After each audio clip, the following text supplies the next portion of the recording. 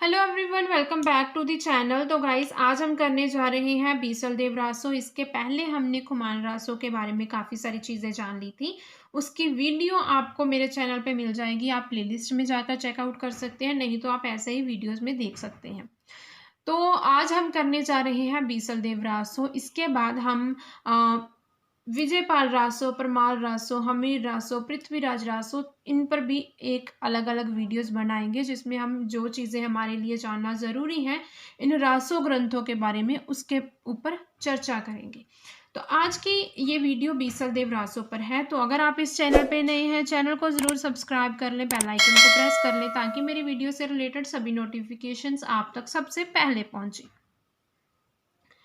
तो आज के इस वीडियो में हम देखेंगे जो बीसलदेव रासो है, इसके रचनाकार, नायिका, नायक, रचनाकाल, जो इसकी कहानी है उसको देखेंगे, रचनाकाल से संबंधित जो विवाद हुए हैं उनको देखेंगे। ये खंड काव्य है या महाकाव्य है, इस ग्रंथ में किस चीज का वर्णन किया गया है, संयोग का वर्णन किया गया है, वियोग का वर्णन किया गया है।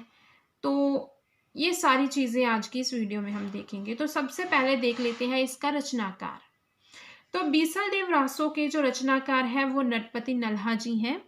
और अगर हम इनके नायक की बात करें तो नायक है इनके विग्रहराज चतुर्थ। बीसलदेव जो हैं वो इनको मिली हुई उपाधि है। तो जो विग्रहराज चतुर्थ हैं ये अजमेर के शासक थे।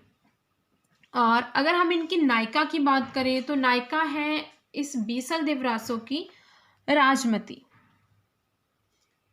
जो राजमती है ये मालवा के राजा भोज परमार की पुत्री है राजमती, जिसका विवाह किसके साथ होता है? बीसलदेव के साथ होता है। और अगर हम इनके रचनाकाल की बात करें, बीसलदेव रासो की रचनाकाल की बात करें, तो अलग अलग विद्वानों के द्वारा अलग अलग रचनाकाल बताए गए हैं। लेकिन संवत 1110 से 1220 तक का जो समय है वो बीसलदेव रासो का रचनाकाल माना जाता है। वो हम आगे देखेंगे कि किस विद्वान के द्वारा कौन सा रचनाकाल बताया गया है, ये सारी चीजें हम आगे डिस्कस करेंगे। अब हम बात करते हैं इस ग्रंथ के बारे में कि जो ये ग्रंथ है, सबसे पहले तो ये एक विरह काव्य है।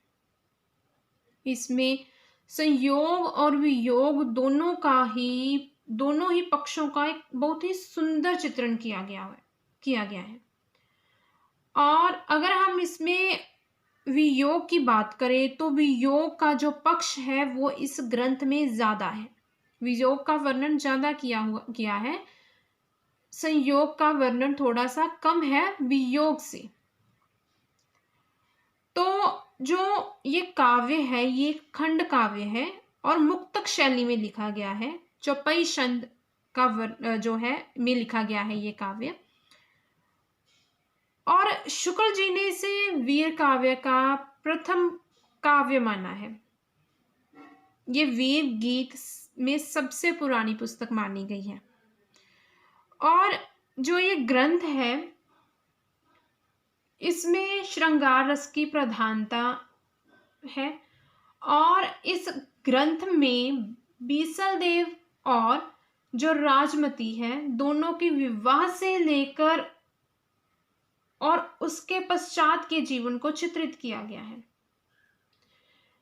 इस ग्रंथ को, जैसे मैंने आपको पहले बताया कि रचना काल को लेकर अनेक सारे जो विद्वानों के द्वारा विवाद दिए गए हैं, जो हम आगे देखेंगे कि किस विद्वान के द्वारा कौन सा रचना काल बताया गया है इस रचना के लिए।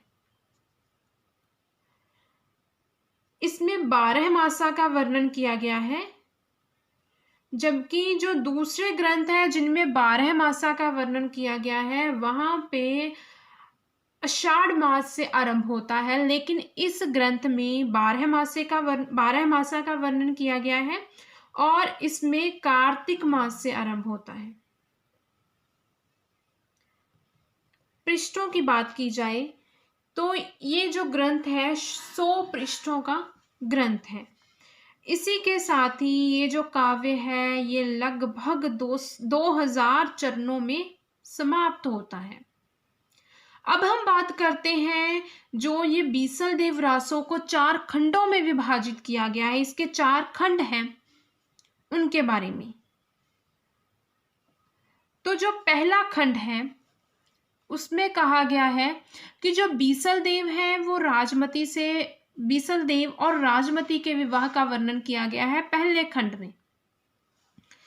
दूसरे खंड में राजमती के द्वारा राजा के प्रति किए गए व्यंग्य का वर्णन किया गया है और राजा का राजमती से रूठकर ओडिशा की ओर प्रस्थान करना और वहां 1 वर्ष तक रहने का वर्णन किया गया है।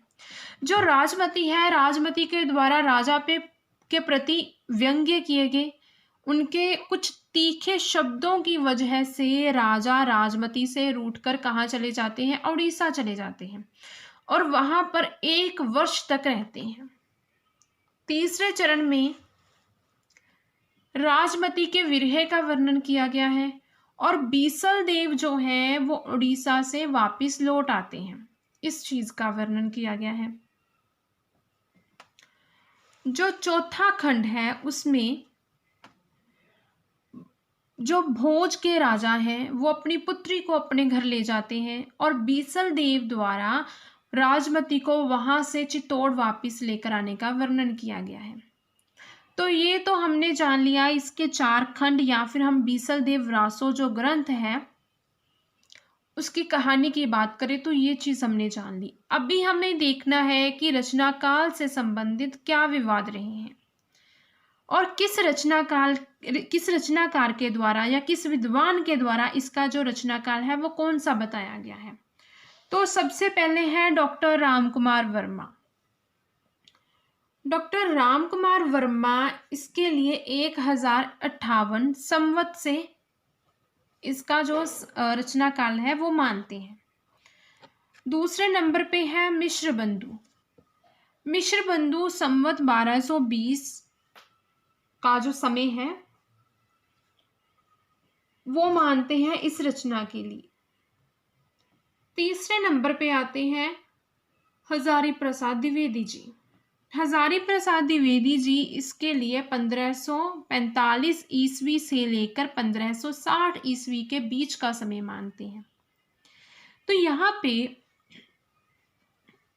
जो रामकुमार वर्मा है उन्होंने संवत 1058 माना, मिश्र बंधुओं ने संवत 1220 माना, हजारी प्रसाद द्विवेदी जी ने 1545 ईस्वी से लेकर 1560 ईस्वी के बीच का समय माना और जो आचार्य रामचंद्र शुक्ल जी हैं उन्होंने 1212 विक्रम संवत माना, जबकि अब अगर हम इसे ईस्वी में देखें तो 1155 ईस्वी का समय माना। अगर हम 1212 में से जो है 57 को माइनस कर देते हैं तो हमारे पास ये चीज आती है।